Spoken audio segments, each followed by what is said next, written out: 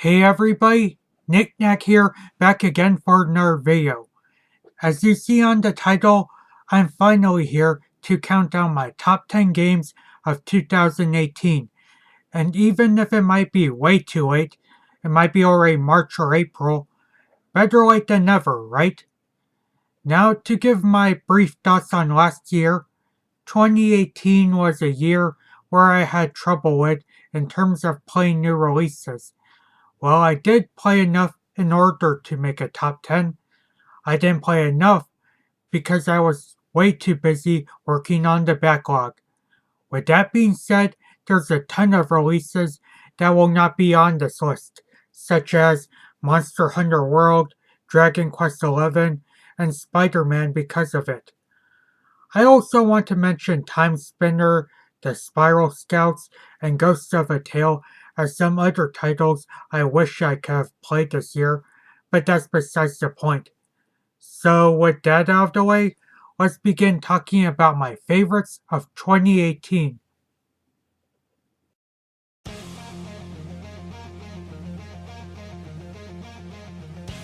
Starting up the countdown at number 10 is Shin Megami Tensei DX2. I first heard about this game on Twitter where the screenshots made it seem like a Pokemon Go game for SMT, so I took note on it. Once the game finally released on the iOS store, it turns out it plays nothing like Go, and instead plays as something more deep. You pretty much have the standard composition of a free-to-play title with an energy bar, various levels, and paying to get stronger demons, but it doesn't feel cheap as the SMT gameplay balances it with the usual demon negotiations, fusions, and turn-based combat. By the two working very well, this is one mobile game I truly recommend. It only starts the list off though because there were way better games I've played this year. I still say to give it a chance though.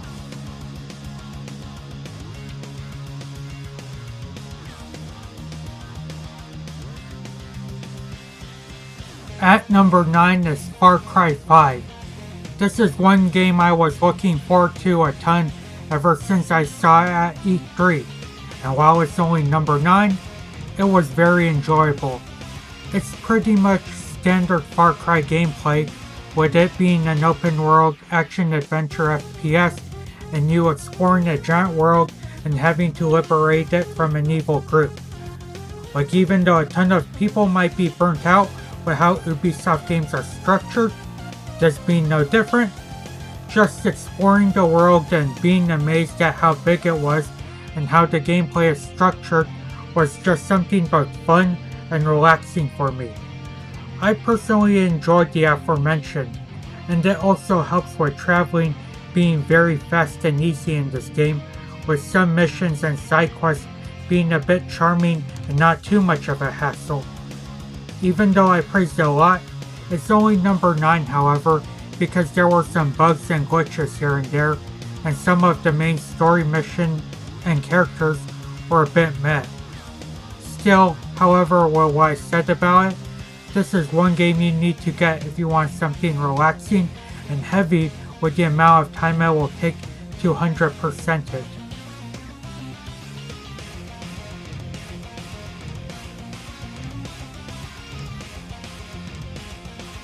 Coming in at number 8 is Bloodstained: Curse of the Moon.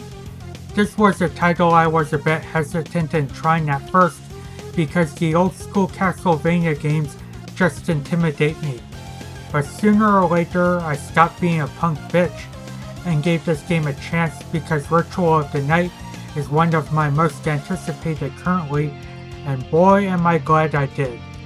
As stated, this game is basically like the NES Castlevania games in both gameplay and presentation, and man was I in awe with it. Having to roam around all these unique areas, traversing them with excellent platforming, while studying patterns to the enemies was some exciting stuff.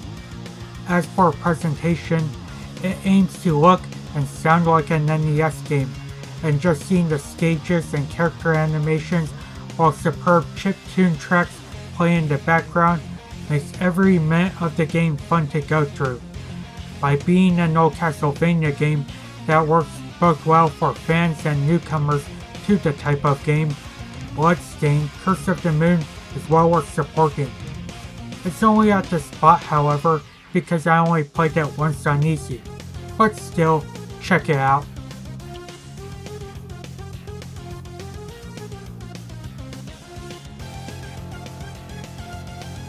For my number 7, I'm putting Sega Heroes on the spot. This is pretty surprising for me, as I never expected to be this amused from a mobile game and put it at a spot way higher than some $60 releases.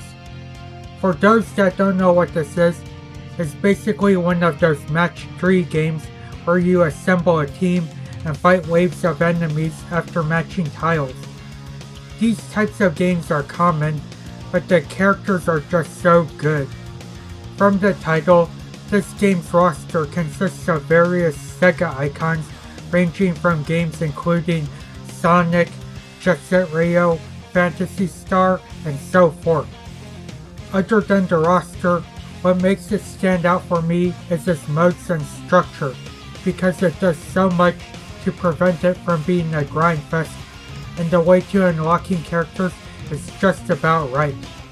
Compared to other games, if you beat a level a certain way, you can just farm the level without having to replay it to get certain things.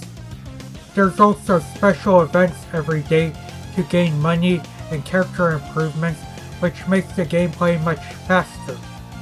Pretty much, if someone were to ask you what's one 2018 mobile game you must play, I'd point you to this.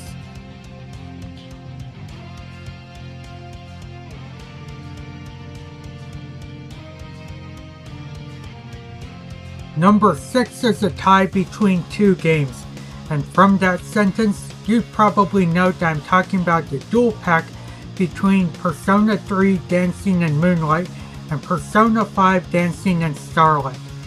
If you know me full well, you'd expect these games to be on this list, and even though I'm not finished with both, I'm confident enough to put these this high because if you played P4 Dancing, that's basically what you're getting into and should expect. Compared to 4, what makes this game different is how the characters get into a world of dancing, and it's actually great if you played P4 Dancing. Other than that, the biggest difference is that instead of a story mode, you're given a free play mode, and if you accomplish certain in-game tasks, you get to watch a bit of cutscenes between the characters, and if you hated the story in P4 Dancing, this is much better as it's faster and provides fun interactions between the groups. Now I keep bringing up P4 Dancing in this part because the gameplay is pretty much the same, and if it's not broke, don't fix it. And man, do I also have to say that the presentation of this game just looks good with it being on the PS4. The game is only at this spot, however, and not number 1 because honestly, I wish they could have done more content-wise, but still, no matter which one you get, or even get both, this is really a fun title that's worth getting into if you're a huge Persona fan.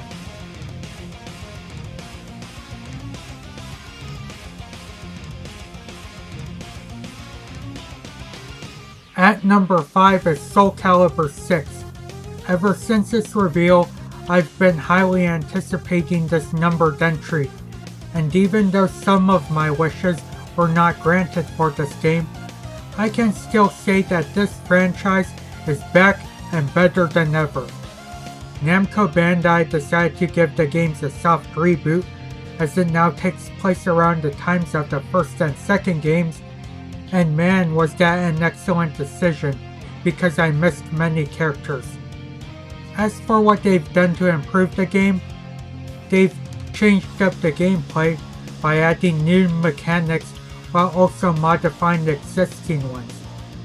But for me, the biggest highlight is the amount of content, as it puts 5 to shame with having story modes for each character, including 6's guest Giraffe. an adventure mode with your own created character, and continuing to include character creation mode still to this day. Like, have you seen the amount of creativity these people put into character creation? I've also seen the performance of the online, and it's really great as well, I'd like to point out. Although personally it doesn't have that oomph that I had with 2 or even 3, Soul Calibur 6 is definitely worth their money as a fighting game, and I'm glad that's not a disappointment like 5 was.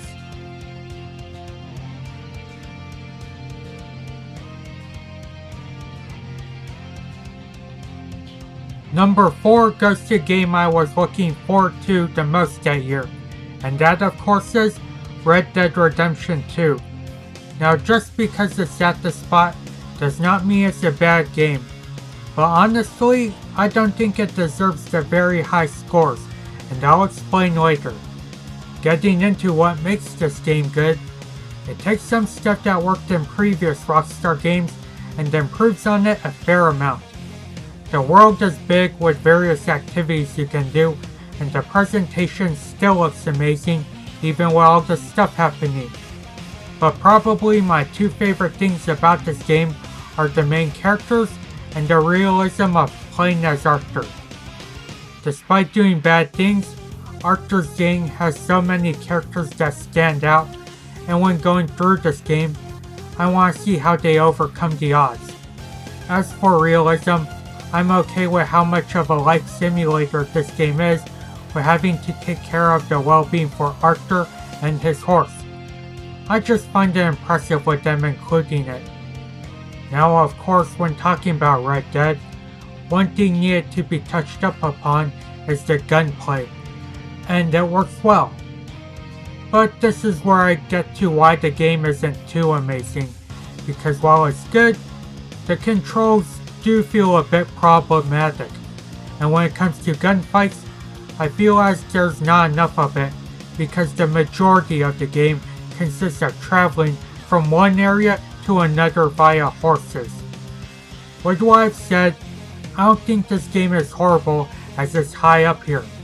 I'd recommend getting it though, since it's impressive on the art aspects, but don't expect anything OMG amazing.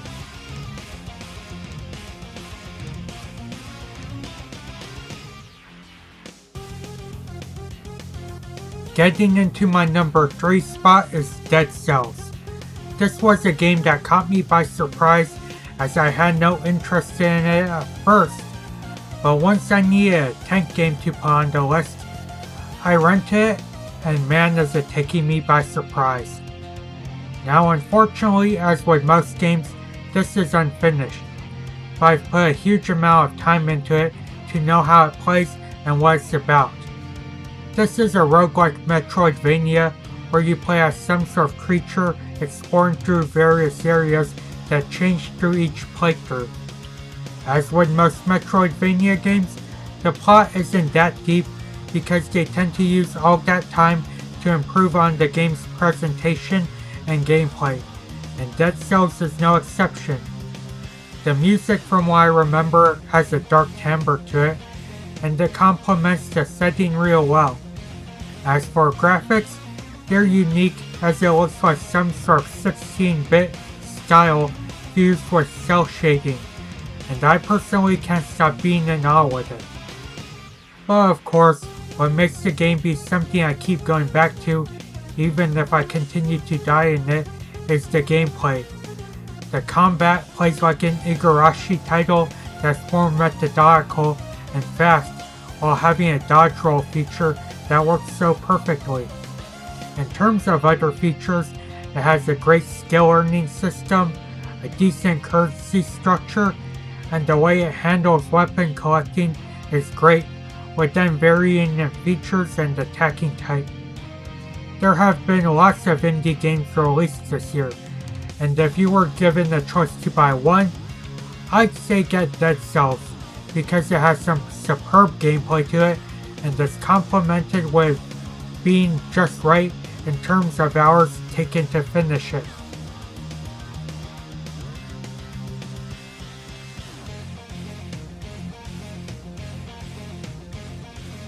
taking my number 2 spot, I have to go with Super Smash Bros. Ultimate.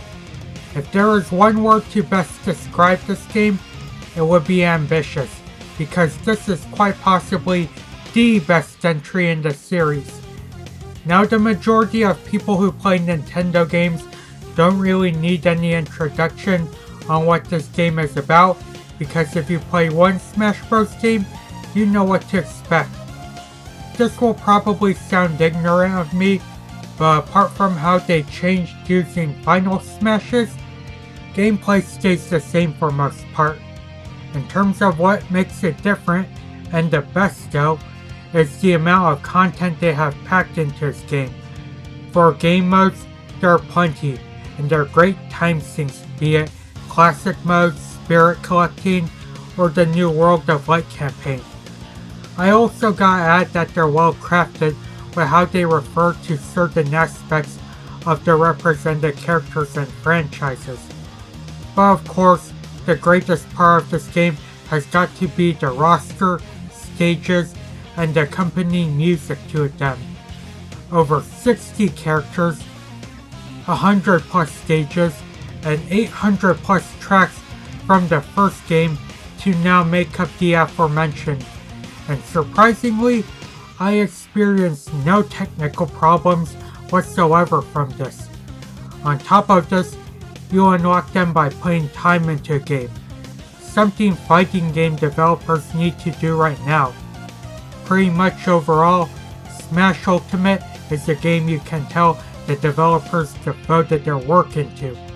The only reason why it's not number 1 though is because honestly, World of Light can get too infuriating, and the man can play so much Smash Bros that he can get bored. But shown from my love of it earlier, I'd say this is a must-buy.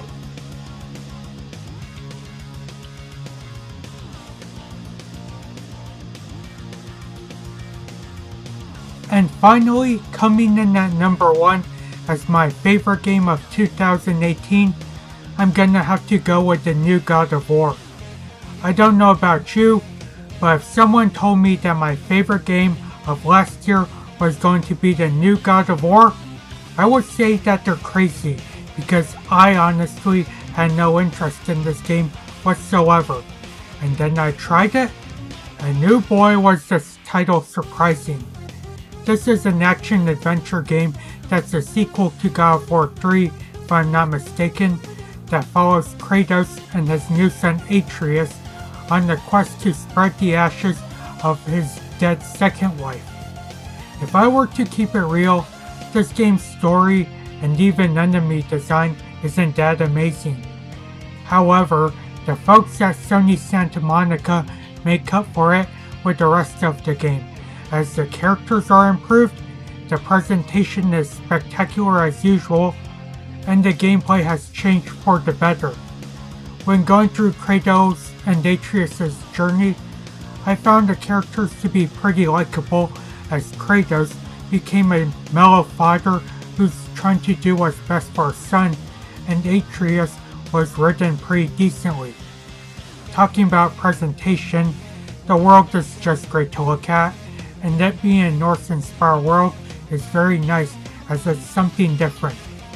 But as with all games, those things are just to support the main positive, which of course is the gameplay. God of War 2018 has changed into being an over-the-shoulder game with slower combat.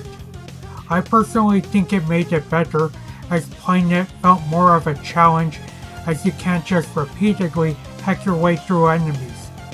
Speaking of which, I do say that Kratos' axe just feels so good with how he attacks with it, and the impact of each strike looks very nice. In addition to this, exploring the area was pretty fun with the skills obtained, and the new money system and equipment features were implemented nicely. 2018 in video games was honestly nothing too amazing. But I have to admit, this new God of War took me by surprise, and with how I'm talking about it, plus it being a good length, I'd say check this game out.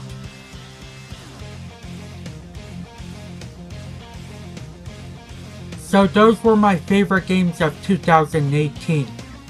Again, my apologies for this video being so late, but I was way too busy with other stuff that this had to be put aside. Most of you understand, of course. Like always, let me know what some of your favorite games were in 2018 in the comments down below. And as I shown in my previous video, 2019 so far is definitely looking to be a promising year. As always, I want to thank you guys for watching, take it easy, and until next video.